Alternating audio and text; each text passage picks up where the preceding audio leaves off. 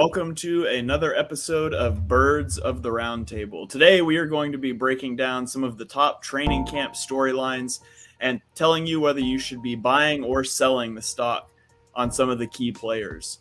I don't know about you guys, but I'm excited to finally have sort of real football to talk about. I wouldn't say real football yet, but we're getting closer every day. So I'm excited to dive into that. I'm joined today by the godfather of the painted lines. It is Dives, Mr. Crockpot on Twitter. Dives, how are you doing this evening? Doing great, man. I just got done doing a show on D23, our predictions for the Marvel and Star Wars panel. So nice little change up here to talk about some birds, but always down to talk shop, man. Let's do this. And I can confirm that when Dibes popped into chat, he was wearing Yoda ears. So he did take those off. Little theme change, little quick costume change, and on to the next show. So, all right. And joining us from Philly Sports Alliance is Ryan Reese. Give him a follow on Twitter at Philly Sports PSA. Ryan, how are you doing this evening? Doing well. Thank you. Always love doing this show, and I can't wait to actually talk about some real football. Love it. All right. And we are also joined by the other Ryan. That's a really bad way to say that. Not the other Ryan. We are joined by Ryan Finneran. Ryan, how are you doing this evening? Well, I mean, prior to today's podcast, we referred to Ryan Reese as Ryan 3. So that's where we should have Ryan 1, Ryan 3. So who's Ryan 2? Regardless, there's another one. We just can't talk about that one right now. Not on air. All right. Well, we're gonna have a strict Birds of the Roundtable rule that there are only 2 Ryans allowed on the podcast at once. It's too much for us to keep track of. Agreed. So, all right. Well, let's dive into Eagles training camp. We're through 5 days of practice. I believe we've had 1 or 2 padded practices so far. We're going to talk about some of the key players, some of the guys that you've heard a lot about so far. And we are going to start off with Jalen Hurts. We've heard up and down things about Jalen Hurts thus far in training camp. Of course, we had the report about OTAs that came out a couple weeks ago about how he was doing poorly in OTAs. A.J. Brown came out and disputed that. And then Jalen Hurts got off to a rocky start. Now, I heard that today's practice went a lot better. So apparently we're trending up a little bit. Ryan Reese. I forgot I've got to say which one. Ryan Reese. Talk to me about Jalen Hurts. Are you buying or selling Jalen Hurts thus far for this season? I'm buying it because listen, you have to take everything that you hear with a grain of salt, right? I mean, this is training camp. This is what they're supposed to be doing. It would be weird to me if every day we got, Jalen Hurts was 20 for 20 and threw 20 touchdowns and, was flying around the field. They're allowed to make mistakes. They're allowed to figure out what works and what doesn't.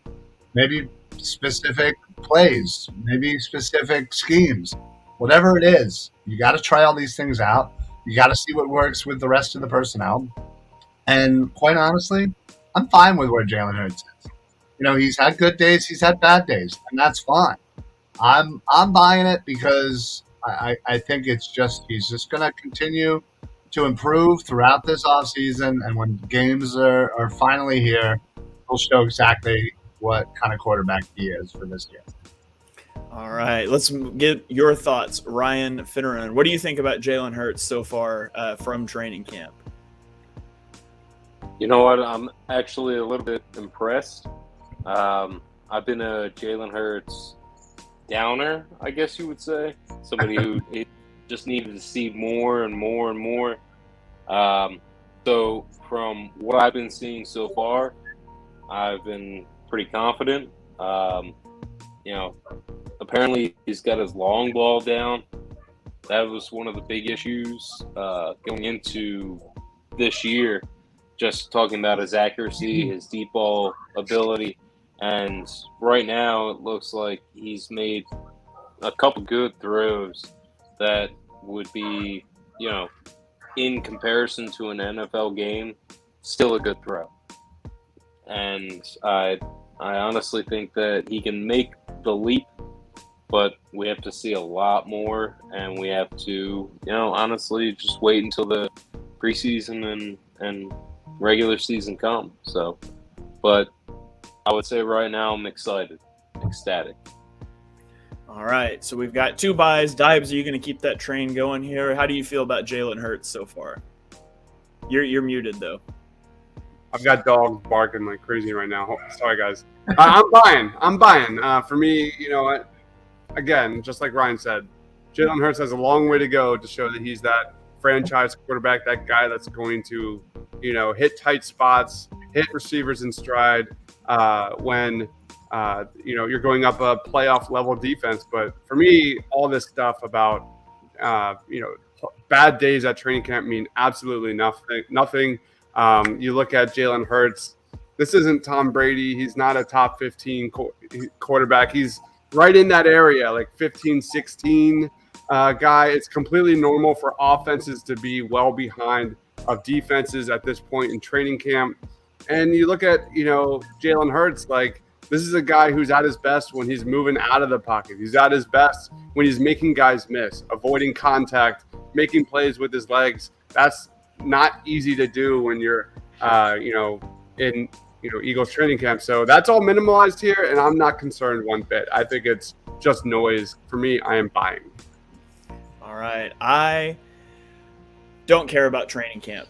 I've said that before. It does not matter. Like, people want to complain about Jalen Hurts as a passer, and then they want to go complain when in training camp he's trying to grow as a passer and he's making mistakes. Like, everybody, you try out what you try out in camp. I'll never forget, I'm old enough to remember the Patrick Mahomes training camp going into year 2, and all the Chicago beat writers, like, he's throwing a lot of interceptions, and he was just seeing what he could get away with. Now, there's reasons for concern with Jalen Hurts, but it's very normal for the offense to be behind the defense this early in training camp. And like Dibe said, until you put the pads on, you let him actually run around, that's taken away a huge weapon from him. So I'm not going to say I'm buying. I'm going to say selling, but it's not because of training camp. I mean, it's because I have an opinion on Hurts that hasn't been changed by what's happened on the field yet. I mean, Dibes, you were on the draft show with me 2 years ago when I wanted them to draft Justin Fields. I would have moved then, and I'm still hopeful that Jalen Hurts can become the Eagles franchise guy. I hope he proves that this year. I think that he is deserving of a starting job in the NFL. I'm just not sure that he's worth that second contract, and that's the decision the Eagles have to make this year. So I'm selling right now until he proves it otherwise to me, but I'm not concerned at all by the reports coming out of training camp. And this show just got shut down from all the Jalen Hurts fans. Our viewership just went down to 0. Sorry, if you guys are watching here, if you're still here, drop us a comment. Let us know why I'm wrong. I would love to eat those words later. I'm just not convinced, but I hope to be this year. He's the type of guy that you can't root against. I wish I could take, his personality, his work ethic, and just, infuse it with another guy's arm talent, because I think he's lacking a little bit in that area. But we'll see the steps that he takes this year. So let's move on before I dig a bigger hole for myself to Miles Sanders.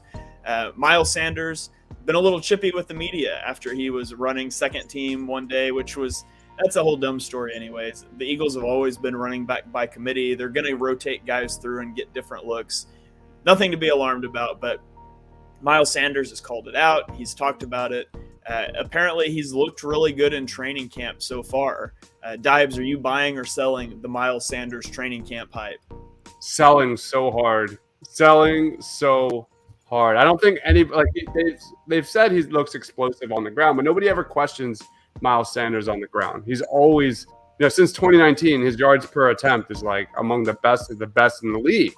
It's all the off the field bullshit. It's all, what happens here. It's all getting injured. Just when his carries get more and more and more, and the Eagles try and give him the ball, feed Miles Sanders, he gets hurt.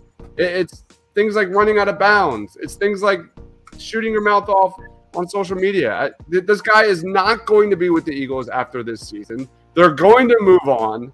Sell hard for me. And for me, I said it on this show many times. I think Kenny Gainwell is going to get more and more touches as this season progresses. He's a much better fit for Nick Sirianni's offense. We've been saying it for so long. Just Miles Sanders just keeps getting in his own way, and I don't understand. All right, so Dibes is selling Miles Sanders. Ryan Finneran, do you agree with Dibes? No, I don't. I actually think that Miles Sanders, and I've said this before, and I have to back it up. I said that Miles Sanders will actually have a rebound year in which that he can run between the tackles, in which he can be that 1 down, 2 down back.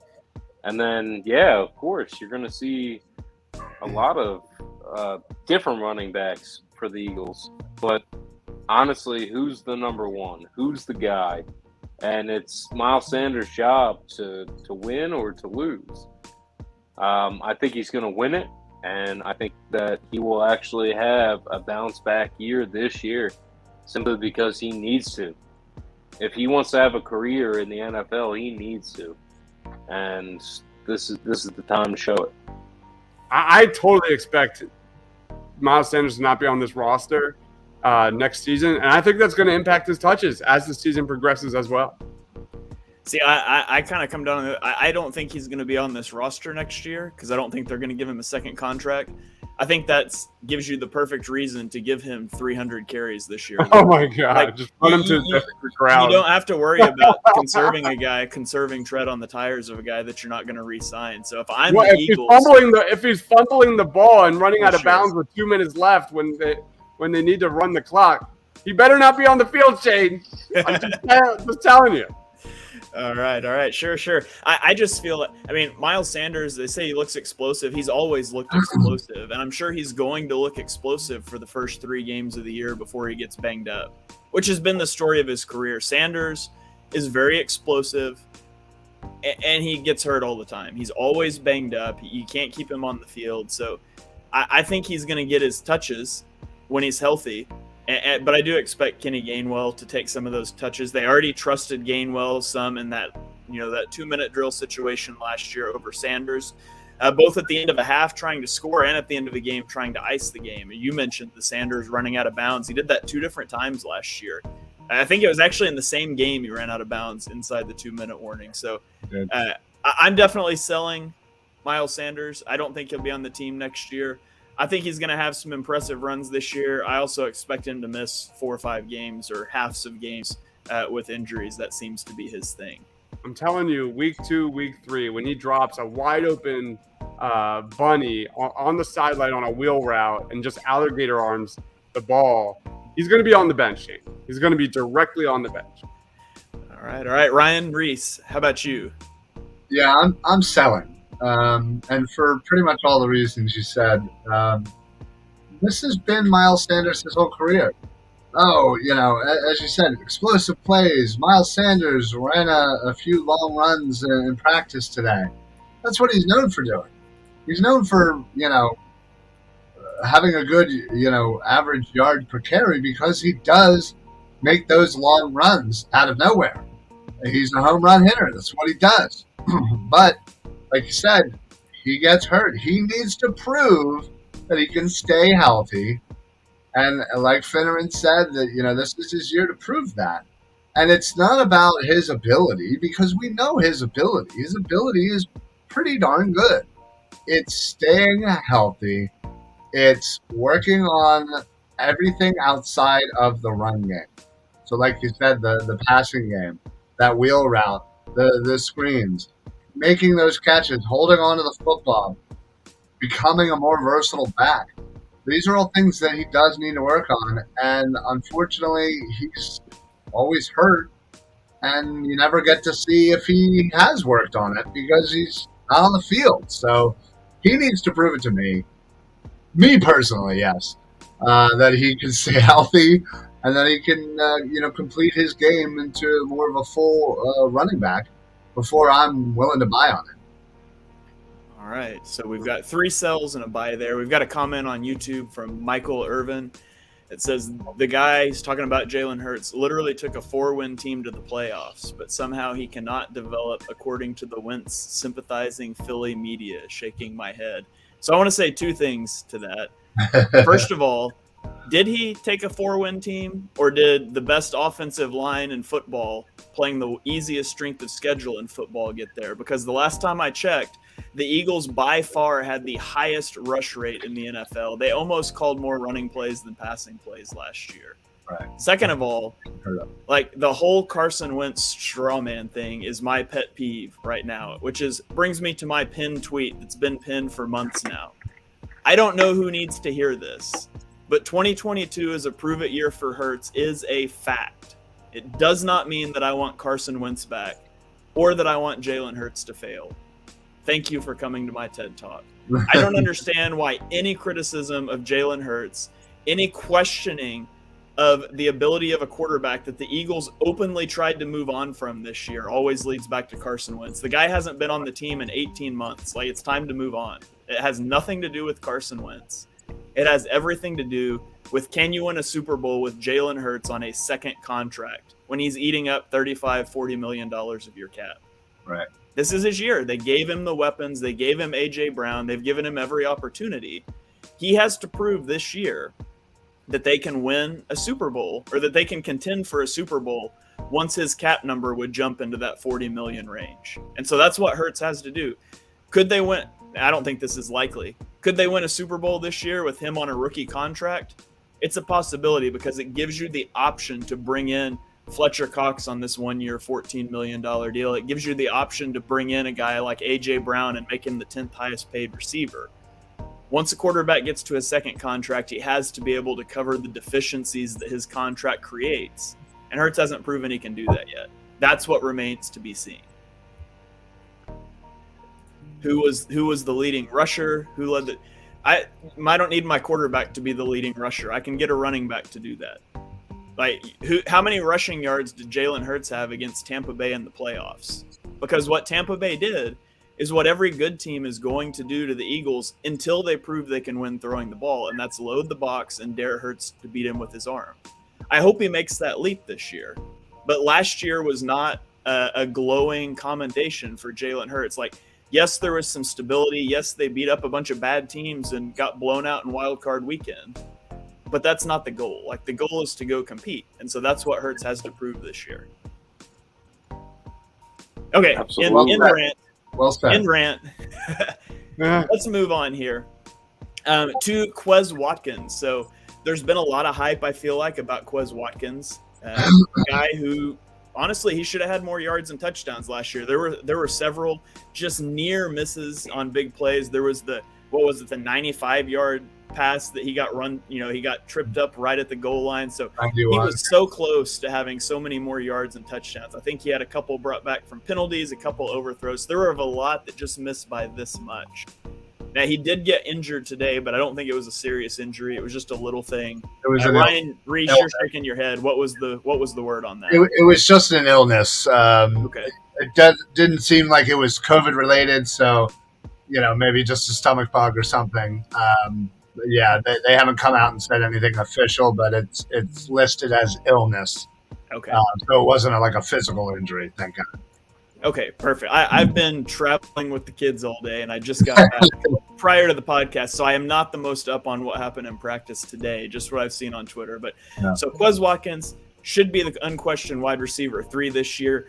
Ryan Finneran, we'll start with you. Are you buying or selling Quez Watkins to have a big year this year? Well, I mean, one of the guys that I'm pretty sure we're going to talk about, or if not, then we should, is Jalen Reagor. And apparently he's having a good, practice camp himself. So I would imagine that Quez is a lock, but others should watch out for Jalen Reagor. That's pretty much it. Is this opposite day? What are we doing here? What is happening right now? What kind of answer was that? Right, Ryan. Tell us give me your thoughts. I'm buying big time. He is absolutely going to be one of the better number 3s in this league, outside of probably Tyler Boyd in Cincinnati. I am super excited for him because I think, again, it's all kind of been building up. He is one of the fastest, if not the fastest, in the NFL right now. And we're going to see a lot of that speed because now they've had a couple of years to work with Quez and really trying to figure out the best ways to use him because, like you said, there was a lot of probably yards left on the field just given how he wasn't used properly, throwing him into space, leading the receiver. So I'm buying. He's going to be an amazing number 3. And, there's going to be some games where everybody's going to focus on Brown and Smith. And Quez, I think, is going to have a couple of home run games, and he's going to easily be leading receiver for a couple of games this year for the Eagles. Yeah, I'm with you on that one. Last year the Eagles, they had Zach Ertz for like 6 games. There was more 12 personnel. I don't think you're going to see that as much this year. Now, obviously, they bring in A.J. Brown, so that's going to eat into the target share. Last year, he only had 21 more snaps than Jalen Reagor, which was just unforgivable. I don't expect him to necessarily have a lot bigger target share this year unless somebody gets hurt, because you do have Devonta Smith. You've got A.J. Brown ahead of him. But out of those 3 receivers, who are you going to pay a lot of attention to? It's not going to be Watkins. Right. And he's got the speed. He's got the playmaking ability. And he's honestly – the thing that surprised me the most about Quez is his contested catch ability, which is something that I didn't think about when I scouted him. It's not something that I really thought he would excel at, and he really has. So I think he's a guy that can do it all. He is the Eagles' best deep threat, in my opinion. And so I think the opportunities for shot plays are going to be there. He's not going to be your consistent 70, 80 yards a week type of guy.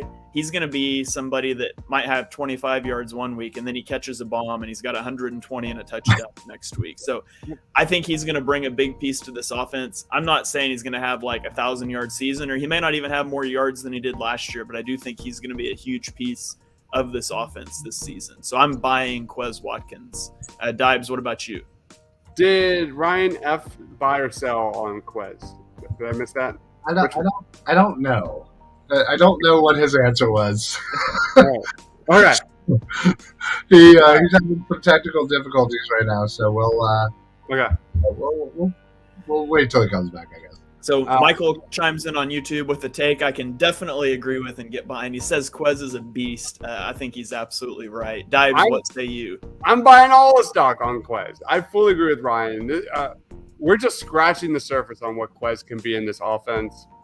Like you guys said, there were so many plays left out on the field last year. I think he's one of the breakout stars on this Eagles offense. This guy proved time and time again that not only can he compete against the league's top corners, but he can succeed in a variety of offensive concepts. This dude can dominate in the slot. He's been dominating Avonte Maddox there, who is excellent there. I think he gets significant snaps on offense this year. We did a show on our top plays of 2021, and Quez Watkins was littered all throughout all of our top plays. We don't talk enough about Quez Watkins. He did say he's the fastest player in the NFL. I don't know how much I buy that. Regardless, I think this dude is going to take a huge leap forward. Sorry, Zach Pascal. It is Quez Watkins as wide receiver 3, and I think he's going to have a terrific season. Yeah. All right. So maybe buys across the board if we can get Ryan F. back here. I'm not 100% sure on that one, but we'll move on and see if he's able to get reconnected to us here. Let's move on to the big man, Jordan Davis. The Eagles traded up in front of the Ravens to snipe Jordan Davis at 13th overall. Ryan, I'll let you start us off here. What are your thoughts on Jordan Davis? Are you buying or selling him right now? I'm buying big time. I'm putting a lot of my chips down on Jordan Davis. I think, again, given who we have on this team at the defensive tackle position, you have Cox, who's getting long in the tooth. Hargrave may not be here for much longer. Depending on contract situations. So I think it was a great move to get him. And all I have heard during camp is he is just mashing people. He is just bullying people. Now, again, it's training camp. You take it with a grain of salt. But, you got to start somewhere, right? You have to do it somewhere before you can do it in a game. And everybody just says, like, the sheer size of this man is intimidating. And we're so glad he's on our side, because I wouldn't want to go up against him. I mean, the man is a massive human being, and he is just powerful. And he's only going to continue to grow and learn in the NFL. He's not perfect. He's got a long way to go for sure. But everything I've been hearing has been great. And I think it was a perfect, draft selection. As much as we all wanted Kyle Hamilton probably, but we've also probably seen that video of Kyle Hamilton looking pretty stiff against some, I did see that. Some seventh wide receiver on the Ravens, In fairness to Kyle Hamilton, he's not going to be manning up slot receivers. True, very true, but still. That's not his usage. 100% true. You're right on that one, but man, he did not look good. So it made me personally feel a little better with the Jordan Davis selection, and the fact that he is just he's pancaking people. He shouldn't be doing that on the defensive side of the ball, but he is. All right, Dibes, what about you? Where are you at with Jordan Davis? Easy buy. It's an easy buy on this one. I can't wait to see him play. Like, this is a guy that's not going to put up those sexy stats this season, just like kind of his role is in the NFL. That's a guy that's going to make the entire defense better across the front seven. He's going to be freeing up guys like Josh Sweat and Brandon Graham every single Sunday. And I want to piggyback off this just a little bit to kind of share something that I did read, that Cam Jurgens has been holding his own against Jordan Davis on one-on-ones. Cam freaking Jurgens. And if that's not promising, I don't know what is. So a lot of people were kind of not necessarily down on that draft pick. It's more of a long-term play, but Cam Jurgens has been definitely holding his own against Jordan Davis, who is a massive human being. I'm buying on Jordan Davis. I don't know how many snaps he's going to get. We'll see. But I think the upside, the ceiling of Jordan Davis in Jonathan Gannon's defense is just sensational. Yeah, I'm an easy buy on Jordan Davis. He was my number 7 rated player in the draft overall. I was thrilled when the Eagles went and got him. The only little damper was because Kyle Hamilton was on the board. He was my number 1 rated player. But setting that aside, Jordan Davis is going to be huge for this defense. And I honestly think I will go so far to say that this season, in 2022, he will be the most disruptive defensive lineman for the Eagles. He's going to outshine Fletcher Cox. I think he's going to outshine Brandon Graham, Josh Sweat. I think he's going to make more of an impact on the defensive front than any of those guys. I think he totally changes the math of how you can play defense, what you can get away with. I know the questions about him as a pass rusher. Like, Georgia had so many guys, you just didn't play someone if it wasn't their most elite skill. And so I think I don't think it means he can't rush the passer. I think it means he was never asked to. And if you can push 2 guys backwards, that's all you need to do. It flattens out those rush angles for the edge guys. I think he's going to be a stud this year. And I can't wait to see him on the field. So we got Michael chiming in again here. He says, Davis is okay. I wish we had stayed where we were. No. Devontae Wyatt, he's way more disruptive of a player. Yeah. I wasn't very high on Devontae Wyatt. Dibes, I think you might have been a little higher on him than I was. I can't remember for sure. I was definitely higher on Wyatt than you and Mark, but I've still had him probably in the 20s range. Where I had Jordan Davis. He wasn't on the top of my Eagles list, but I still had Jordan Davis definitely top 15. It looks okay. So I've got the rankings up here. I had him 31. You had him 25. Mark had him 37 on our big board. So we were definitely down more on Devontae Wyatt than Michael was. But we'll see. We'll see how it all plays out. That's some of the beauty of scouting and football is just seeing how that all plays out in the end. So let's move on here. Let's keep it rolling. To Jordan Davis's teammate, Nakobe Dean. Reports are out of training camp that Nakobe Dean has struggled a little bit. Maybe struggled is not the right word, but he hasn't flashed. He's kind of been outshined by Kazir White, TJ Edwards, Davion Taylor, even Sean Bradley. To me, this is not surprising. I think Nakobe Dean, he's undersized. He's not the most athletic guy. He's not a freak athlete. His calling card was just how intelligent of a player that he is. And we see all the time that it takes guys a little bit to catch up to the speed of the NFL. Yes, he played in the SEC on an NFL caliber defense, but it's not the same.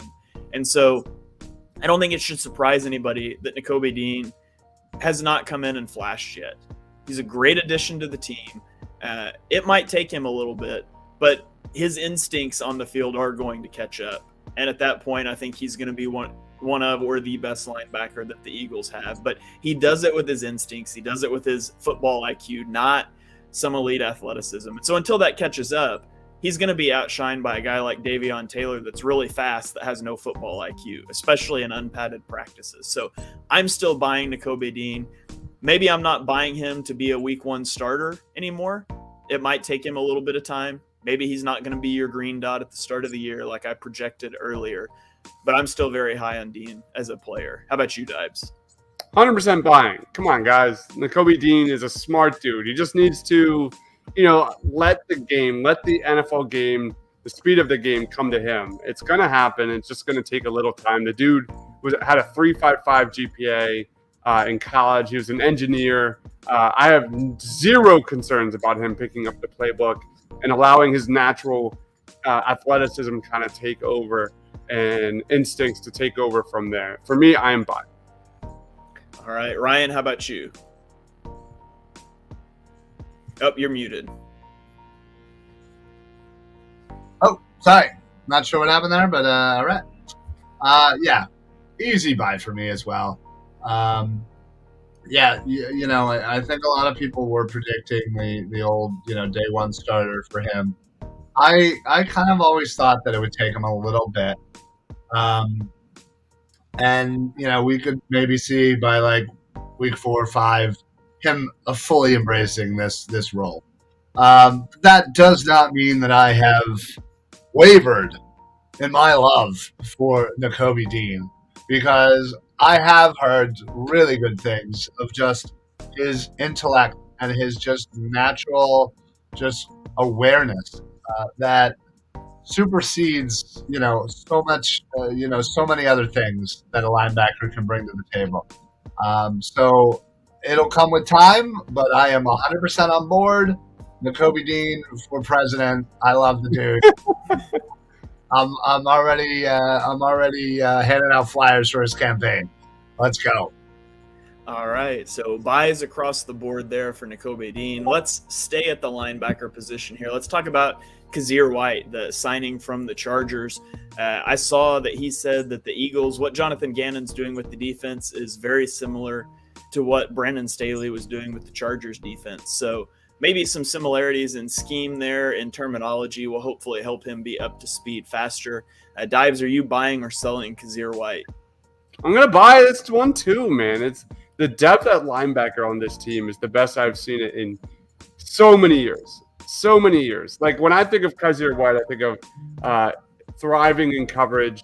I think of last year when the Eagles safeties and linebackers got picked apart in coverage. You had 5 quarterbacks last year complete 80% or more of their passes. Now do we have the outside corners, the pass rush, the linebackers, guys like Kazir White that can give a little more in that area. Even TJ Edwards that we're going to be talking about has grown a little bit this offseason in coverage. For me, Kazir White, I'm buying. I like him a lot. I think he's kind of an under the radar dude a little bit on this defense. For me, I'm buying. All right. Ryan, how about you? Where are you at with Kazir White? Yeah, I'm buying too. When we signed him, I was pretty excited. Granted, I would have taken a lot of different linebackers over what we had. So the sheer fact that we actually got somebody was pretty, competent. But the more and more I keep reading about him and seeing him and hearing about the things that he brings to the table for this linebacking core, only makes me, more excited. I think he's having a pretty good camp from what I've, understood. And yeah, I've always, that's why I've always loved linebackers. One, just because their versatility of rushing and cover, and in coverage, and I've always truly believed that to build a great defense, you need to have above average linebackers. You don't necessarily need your Brian Urlachers or your Ray Lewises. Those help, obviously. But you need people that know their role and know how to do it better than the average. And I think Kazir White easily fits in that. Nakobe Dean is going to easily fit in that. And for a third, linebacker, TJ Edwards, again, I'm all for it. So, I just think the linebackers, we are going to see such a difference in our linebackers this year over last year. It is going to be very noticeable all season long. And that's, especially early on, that's Kazir White. Yeah, I'm also going to buy Kazir White. I think that, with the reports about Nakobe Dean, obviously you're going to see Kazir White playing more than maybe we would have initially thought. And I liked the White signing. Anytime you sign a guy and the fans of that team are disappointed that he left, that's a good sign. And Chargers fans lamented that Kazir White left. And again, it doesn't have to be like elite linebacker play to be an improvement. It can literally be like competent Big 12 linebacker play, and it would be an improvement. So I just think it's going to make such a difference actually having some talent at the linebacker position this year. Kazir White's going to be your will to start the year, and I think he's going to be better in coverage than anybody the Eagles have had at the position since, I don't know, Michael Kendricks maybe. He was good in coverage. He just couldn't do much else. So I think Kazir White can give you a little more well-rounded player there. And how many coverage breakdowns did you see last year where opposing offenses had huge gains just because of communication breakdowns and things like that? They're so better, well equipped, top to bottom. I know the safety position is a work in progress, but everything else, man, is looking so freaking strong. Yeah, no, I think the intellect of that position has gotten super improved, and I think that alone will hopefully help with some of the, you just said, some of those communication issues, just the natural. And I've always truly believed that linebacking play helps more, every other spot, where it makes the job easier for the DBs, it makes the job easier for the defensive line, and if you have those above average competent linebackers, you're not worrying about your defensive line, maybe some of them dropping back. You can focus on rushing the passer, and the DBs, you don't have to worry about, the middle of the field, because you have your linebackers that are covering that. So I'm just super excited. I think Kazir White, again, with Dean kind of adjusting to the NFL, Kazir White is going to be super, super important early on in the first couple of games until Dean is there to join him and form a nice tandem. All right, we've got a comment coming in here on YouTube that says Dean will battle Taylor for playing time. Maybe next year for Dean. Interesting. I don't know on that. He might battle TJ Edwards. I think Davion Taylor's still quite a bit lower, but I said Green Bay got the better defensive tackle and linebacker, and they're both from Georgia.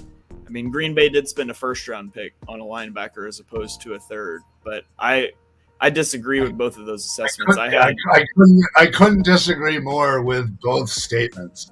Green Bay did not get the better tackle and did not get the better linebacker. And yeah, they're all from Georgia. Fantastic. But no, Philadelphia got the better of the both. And no offense to Davion Taylor, but dude is not going to be battling Dean for anything. We know what Taylor is. He's just raw skill that hasn't put it together and doesn't have the staying power to get on that field more than, a couple plays here and there, where they know they can utilize his speed, which is his clear number one asset for Davion Taylor.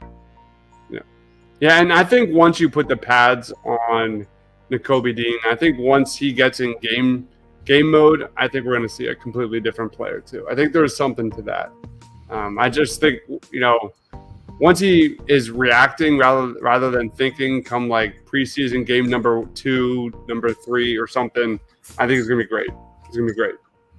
Yeah, absolutely. All right, let's keep it rolling here. On to Hassan Reddick.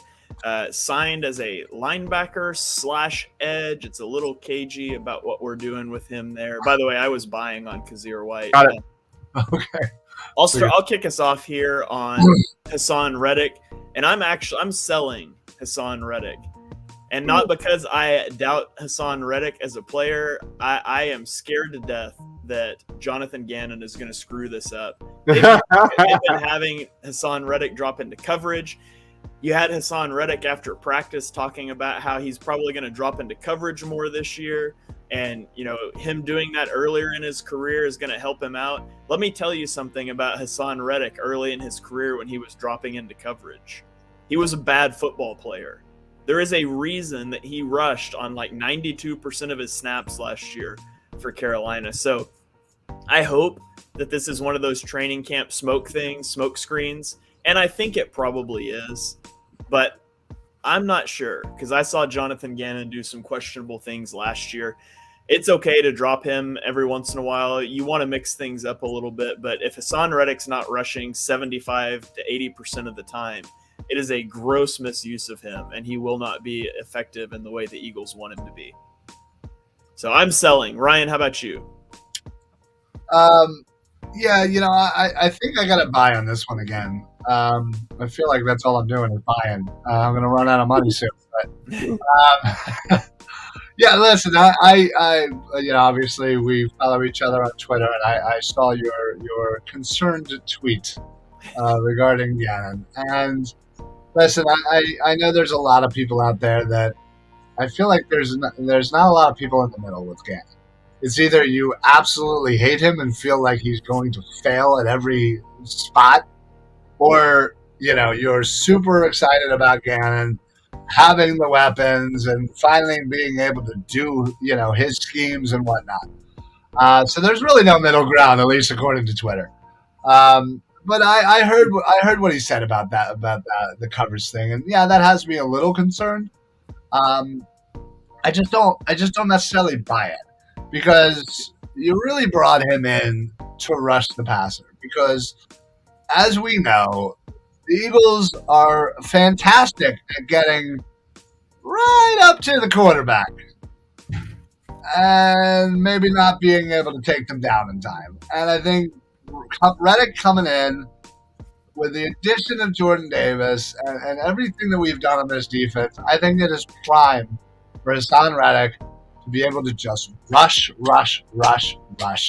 and get to the quarterback, whether it's him or someone else. I think our sack numbers are going to skyrocket because of this. And listen, because of Kazir White and because of what we have in the defensive backfield, I don't necessarily think we're going to need him to drop back in coverage that much. Yeah, we'll see it. It'll happen. But yeah, I kind of think this has to be a smokescreen, and I'm not buying that. I am buying Hassan Reddick being a disruptive force and really solidifying this defense, bringing it home, and being able to be known as a sacking team, finally. All right, so we've got to sell, we've got to buy. Dibes, break the tie for us. Where are you at on Hassan Reddick? It's a buy. It's an easy buy for me. I think, I look at training camp as like I do for pitchers and catchers getting there early. Maybe, spring training, a pitcher working on a new pitch, or he's out there on the mound and he's giving up a home run. Nobody freaking cares. Nobody freaking cares about training camp. Go ahead, Gannon. Experiment all you want. See what you got. That's really what one of the top subplots of this entire training camp is, to kind of see what he's got and how all the different combinations he has on the front seven, all the pass rushes, the schematically, talent-wise, personnel-wise. There's a lot of things that Gannon needs to figure out. I'm buying it. I'm giving Jonathan Gannon the benefit of the doubt, and this is the time to kind of experiment with it. So I'm good. Bye. All right. Let's roll on here to Marcus Epps. Marcus Epps is a guy that flashed, I would say, in the third safety role last year. He's a hard hitter, a hard-nosed football player. You didn't see him in coverage a lot. You saw him against the run. You saw him closing down to the flats, maybe in coverage, but never with really any deep responsibilities. I said he was a guy that looked good last year in limited reps. This year, I think you're going to see him in more reps. They signed Jaquiski Tart, but it looks to me like Marcus Epps is the safety that everyone is talking about. I said on one of our other shows that I thought Marcus Epps would be the safety with the most snaps this year. So I am buying Marcus Epps. I'm excited to see this guy. I don't expect him to be the second coming of Brian Dawkins, but I do expect him to give competent safety play. I thought he was the best safety on the team last year, Yes. which is not a high bar. I think he still is this year, which again is not a high bar. But I'm hopeful this guy can carve out a role for himself. I'm also hopeful he's not a starter next season.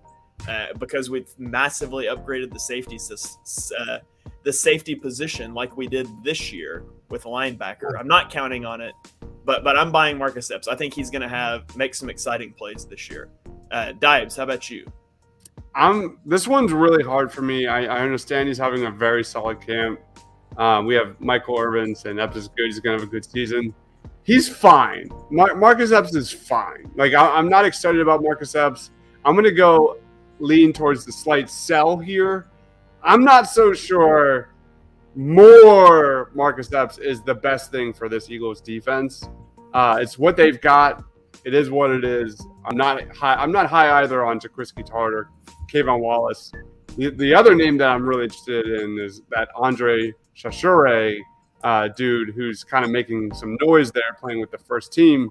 But for me, Marcus Epps, I'm going to go a slight sell. He doesn't get me excited. Like you said, Shane, maybe if he's like safety 3 or 4 a year from now, we'll see. Fine. But, yeah, it is what it is. So. All right, Ryan, how about you? Yeah, this one was probably the hardest one to kind of determine. I think I'm going to sell, mostly because I don't want to just have buys all over the place. but to be, I just realized we have the same. Do we now? Yeah. How about that? Well, hey, great minds think alike, right? But yeah, no, I agree with that. Like, Marcus Epps isn't sexy. You're hearing his name a lot in training camp, which again, with a grain of salt, is what it is. But what are we about to put some Marcus Epps highlights up? Like, boom, that's it right there. Wow, you had that keyed up. Jeez. Listen, you're right. He was the best of a terrible group last year. And he probably will be the best of another terrible group this year. That doesn't do a lot for me. I think personally, just because of our linebacking improvement, having Bradbury there, I think it'll make Epps' job a whole lot easier. And I think people are going to think that Epps is a lot better than he probably is, given who else is on the field with him at the same time. Do I want to be wrong? Absolutely. I'd love Epps to be, a great safety that, we talk about for years. I just don't see it. I just think he's going to be an average safety. And hopefully he is a guy that doesn't kill you. And that's all I want him to be. Don't be the guy that kills this team. Because clearly safety is our weak point on the defense. Be competent. Be average, do your job. That's all I want from you. I'd love to be proven wrong, and I hope he has a great season, but yeah, I'm selling a little better on this one. All right, so let's move on to James Bradbury. The Eagles went out and signed James Bradbury to be their CB2, which gives the Eagles the best cornerback group that they've had in a long time with Darius Slay, James Bradbury, and Avonte Maddox. Now, the question is, which version of James Bradbury are you going to get? In 2020, he had a really good year. He was rated by PFF as the 47th best player in the NFL. He had 14 pass breakups and a coverage grade of 79.9. But in 2021, with the Giants, he didn't have such a good year. He graded out in the low 60s for PFF. Now, he was on a complete dumpster fire of a team that lost their head coach, their general manager. They were QB sneaking on 3rd and 9 for. Maybe there's something to that. Which version of James Bradberry do you get? Is it the 2020 version? Is it the 2021 version? Dibes, are you buying or selling James Bradberry? I feel like I'm like being a huge homer on this show, and I don't like it. I know that's. But I'm buying James Bradberry. I think he's the perfect fit opposite Darius Slay. They're going to thrive in zone coverage together. He's got great size. He can play press coverage. That was the biggest thing that we hated about Jonathan Gannon. His defensive backs were too far off the frickin' line. Now he's got a guy like James Bradberry that can size up against bigger receivers. He brings toughness. I think all signs point to a buy here. I think this guy changes the equation completely with this Eagles defense. And he actually, ironically, is going to help the pass rush in many different ways. I think the Slay-Bradberry combination is going to completely unlock Jonathan Gannon's defense in ways that I'm really excited about because you have almost lockdown corners on the outside, and that's going to really be a huge benefit for this season. Bye. All right, we've got a buy from Dibes. Ryan, where are you at with James Bradberry? I'm going to keep the tradition of agreeing with Dibes. I am a huge buy. I am pushing lots of chips in here. I was so excited when we assigned him. I know that he has had number one corner skills in this league. And yeah, he had a down year last year, but he was really great in Carolina. The fact that now he's going to go against, the number twos, and the fact that really solidifies Avonte Maddox into the slot in the number 3 spot. I think it was kind of that perfect addition that makes everything else kind of work in its place.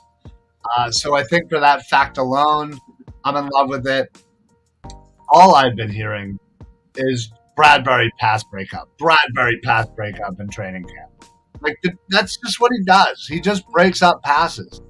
And listen, I think the fact that now he's going against twos, the pressure's kind of off. He's not going against the stud wide receivers of this league.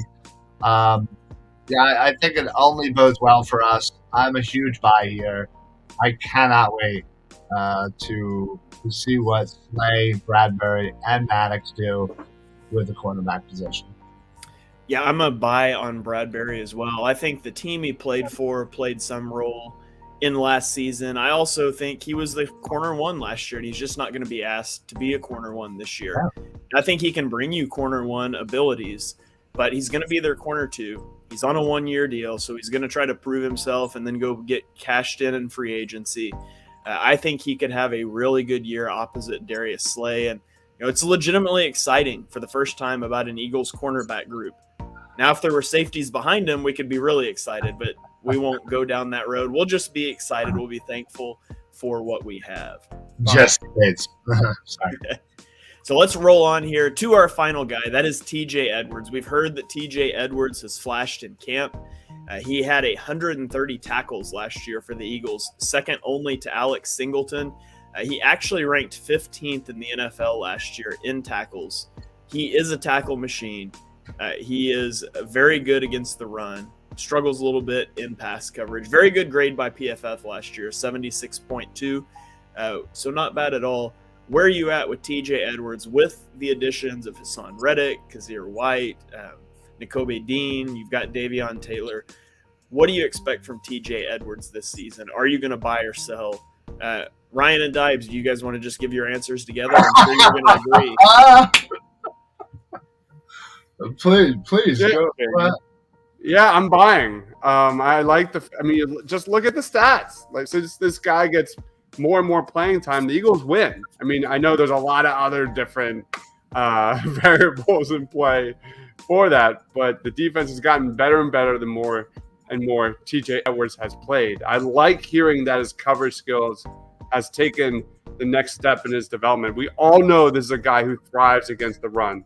We all know this guy can go sideline to sideline. We all know this guy can get in the backfield. But what we have seen from TJ Edwards is just a little too aggressive, getting destroyed on misdirections, play actions, those fakes. Like, this guy has gotten carved up by those situations.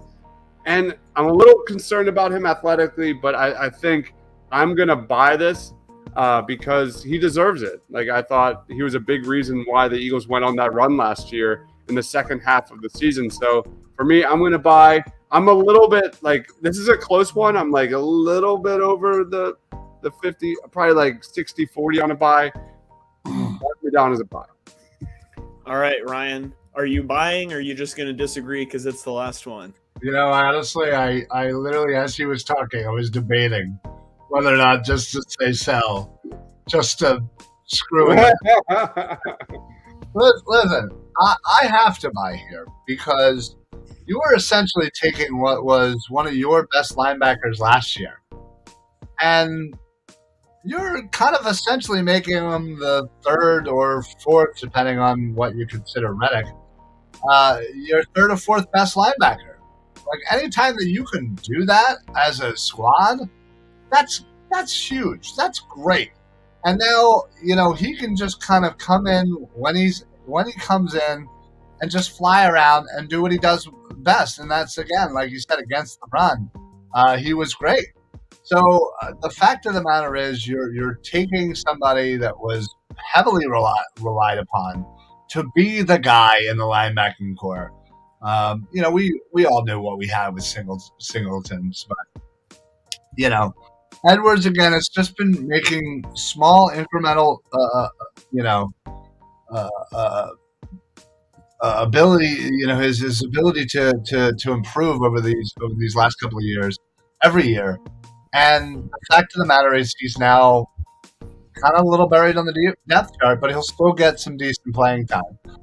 So I'm excited to kind of see what he can bring in that third, probably maybe to start out second, linebacker until Dean kind of gets up to speed. But anytime you can kind of push somebody that was really heavily relied upon into more of a secondary, a tertiary role, I think that's a great thing. And I think he's gonna, probably want to prove himself that he belongs to be at the top. So all good recipes for good play. So I'm buying, and I hope he continues to improve as he has been every year.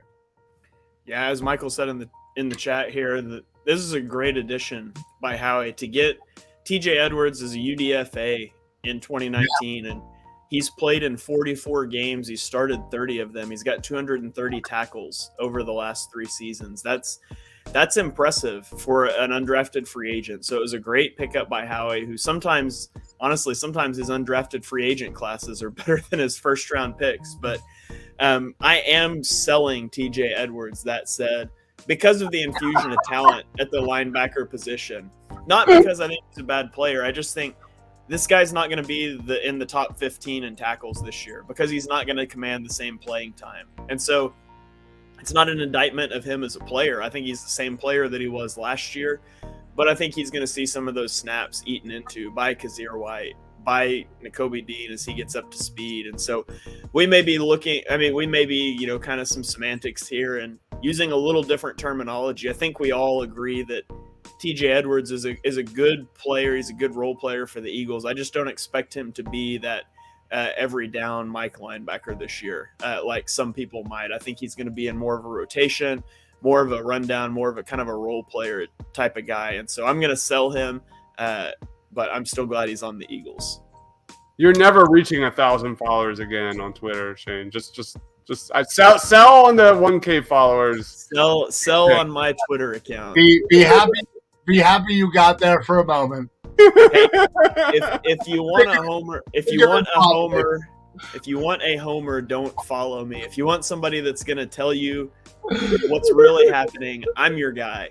I will break down the film for you. I will let you know what's going on. I will not tell you we're going 17-0 and winning the Super Bowl this year. So, Shane, I promise you, like, you're gonna get some shit if I tweet this out. You're like, because people won't understand context, and they're just gonna see some of those. Yeah, especially the Hurts and Sanders. bring it on. I got nothing better to do tomorrow. I remember when I had 1,000 followers. I am back below 1,000 again now. By the way. You really are. That's a shame. So it happened during the show. if you do want to follow me on Twitter, I am at _TPL. If you want to follow Dibes and Ryan, their shared account is Dibes and Ryan. It's at Dibes. They're like the married couple that shares a Facebook account. They just share a Twitter account and they tweet out the same things. That's right. That's because we think alike. Therefore, that we are the best. That's hilarious. Ryan, plug your stuff. Tell us what you got going on. Where can the people follow along with you? So, we're obviously all over Facebook, Twitter, Instagram, the normal. Twitter right here at Philly Sports PSA. You can always search for Philly Sports Alliance on Facebook. Check out all of our videos. Check out all of the TPL videos on there as well. Make sure you like, follow, share, all that fun stuff. We got a lot of good things coming down the pipeline. I believe we have a special show coming up September 11th, the Eagles' first game. And then the following week, we're doing something out in Pittman, New Jersey. We're also teamed up with Philly Sports Trips for the Commanders game, week 3, the 25th. So if you want to join our bus, reach out to me or just head on over to phillysportstrips.com and just sign up for the Commanders trip, the bus trip down there, and just mention Philly Sports Alliance. So, join us. It's going to be freaking amazing. I cannot wait to get down there. All right. Dibes, how about you? Plug your stuff. Tell us what you've got going on and where we can find you. Party on Broad is now on Monday nights. That's a little bit of a change. Last night we were talking training camp, me and Rob. There's that. Love doing these roundtable shows. We're going to have a lot of fun this Eagles season for sure. I got my top 4 positions of need for the Eagles videos done on the NFL draft. You can go check that out. My top quarterbacks, cornerbacks, safeties, and edge rushers are all there on the channel. Lots of really solid prospects in this year's draft. Just like last year, I think it's really strong where the Eagles really need talent looking forward to next year, and especially at quarterback. I can't stress enough how much I love the quarterback class this year. So it's all on you, Jalen Hurts. It's all on you. Prove me wrong, I guess I'll say, because I'm more definitely no than yes when it comes to Jalen Hurts. I want to be proved wrong. I want to be proved wrong. Let me say, I want to be proved wrong. But a franchise quarterback is coming in this draft, and there's like 4 of them at least. And I think we're going to see at least 3 or 4 quarterbacks in the first round. It's a really good class. Go check that out because I think you'll be really impressed. Did Ryan sign off on those scouting report videos? You guys collab on that? Oh, yeah. No, we talked about it. I'm on board. I'm ready to go. All right. 2 minds thinking as one. Love it. All right. Well, you guys give Dibes a follow on Twitter. Maybe he's taking donations now to get a green screen. We need to get him a green screen. I got one. I will have it tomorrow. Yep. Oh. All right. Yeah, I got one. This is we moved into our new house, and this is my makeshift backdrop. But that's good. I'm gonna have a green screen here soon. Yeah. All right. Awesome. Well, you can follow me on Twitter if you want to after today's show, I guess, at @halfandhalf_TPL. Check out my podcast, Chalk Talk. It is an NFL-wide podcast with a little extra focus on the Eagles. We're doing divisional previews right now. We've done 3 shows breaking down 2 divisions a show. All we have left is the AFC North and East. So if you're curious, you want to catch up on any other divisions, check that out. We'll be doing full reviews and previews once we get into the season. So be sure you check that out. Check out Philly Sports Alliance. Check out the Painted Lines on YouTube. To everybody that joined in, everybody that dropped us comments, we really appreciate you guys. You guys are what makes this so much fun. So keep following on, keep it tuned here. We will be back next week, Tuesday at 8 o'clock, 7 o'clock my time, 8 o'clock for everybody else, to break down some more Eagles news. And so until then, we will see you guys next time.